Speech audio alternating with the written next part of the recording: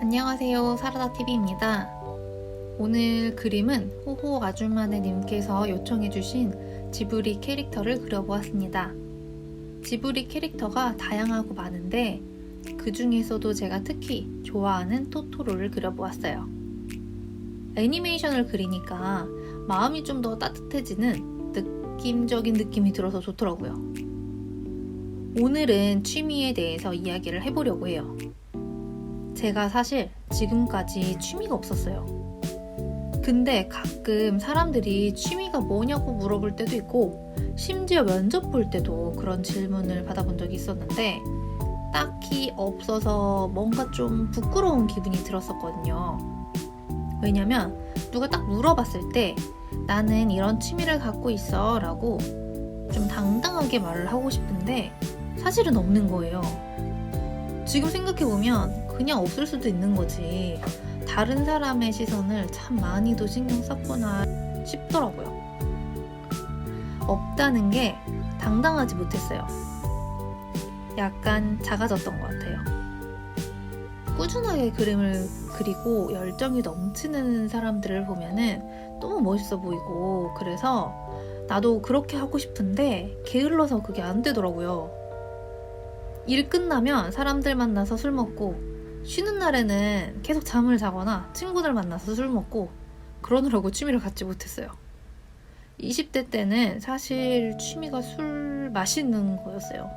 뭐 지금도 뭐 크게 다르진 않지만 내가 그리고 취미를 만드는 게 사실은 내가 취미를 만드는 게 아니라 그냥 막 너무 재미있어서 내 우러나오는 거라고 생각을 했는데 그림을 그리려면 뭔가 에너지를 또 써야 되니까 그게 안 되는 거예요. 대학생 때는 친구랑 그런 얘기를 한 적이 있었어요. 음악은 참 많은 사람들이 편하게 즐기는데 미술은 왜 그게 안 될까? 그러면서 아쉬워하면서 그런 주제로 이야기를 했던 적이 있어요. 노래는 잘 못 불러도 노래방 가서 막 소리도 지르고 흔들고 노는데 그림은 뭔가 어려운 느낌인 거예요. 제가 전공을 했어도 그래요. 제가 한국화를 전공했는데 참 준비 과정이라는 게 있잖아요.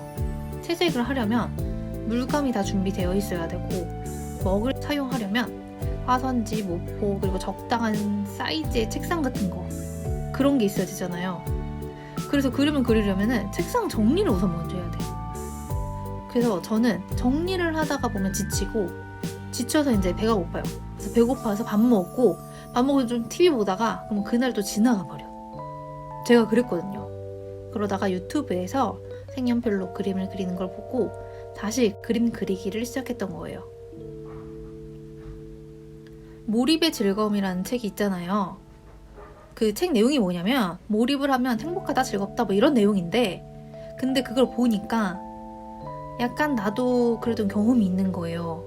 학교 다니면서 리포트 쓰는 게 끔찍히 싫었는데 막상 집중해서 쓰고 나면은 조금 뿌듯함? 뭐 이런 게 있었어요. 그래서 생각해보면 그림을 그리면 좋은 점이 결과물이 있다는 거잖아요.